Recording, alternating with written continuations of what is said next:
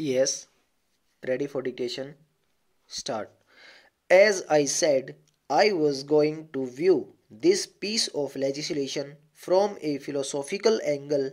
I feel that today ours is not only an atomic age, this is also an age of indifference. Stop.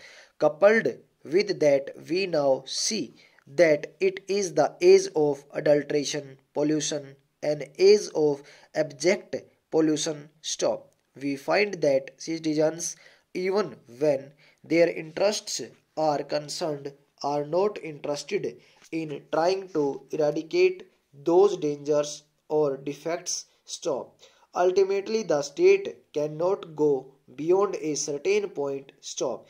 It is the citizens' rightful vigilance and active involvement which can really do a lot in terms of eradicating some of these social evils. Stop.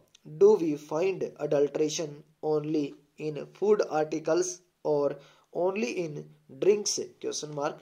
I dare say adulteration and pollution are found these days in each and every field. Stop.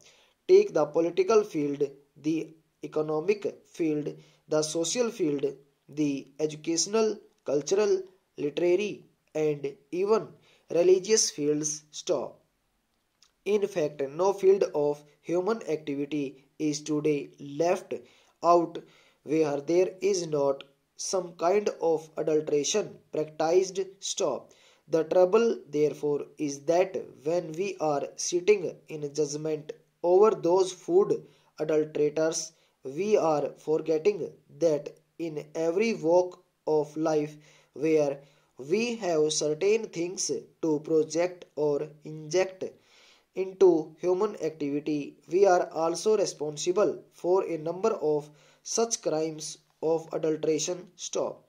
Therefore, I feel that when we look at this problem, we should not forget to look at this problem in its totality also. Stop. When it comes to food and drinks adulteration, I want today that it is not only injurious to health, but it means slow and systematic and final death. Stop.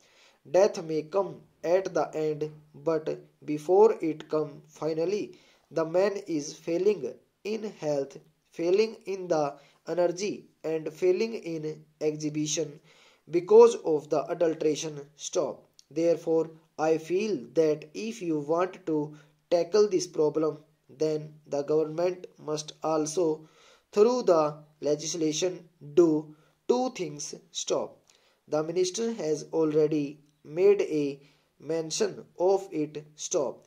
First is the implementation. Stop. Implementation must be quick and speedy, and he must guard against possible increase in corruption also, because after all, when the state machinery or any machinery for that matter has to implement, we must not empower that machinery with such powers that the honest and the innocent are harassed. Stop. I know the minister himself said in the beginning that undue punishment and harassment will not be done. Do honest traders in this regard stop.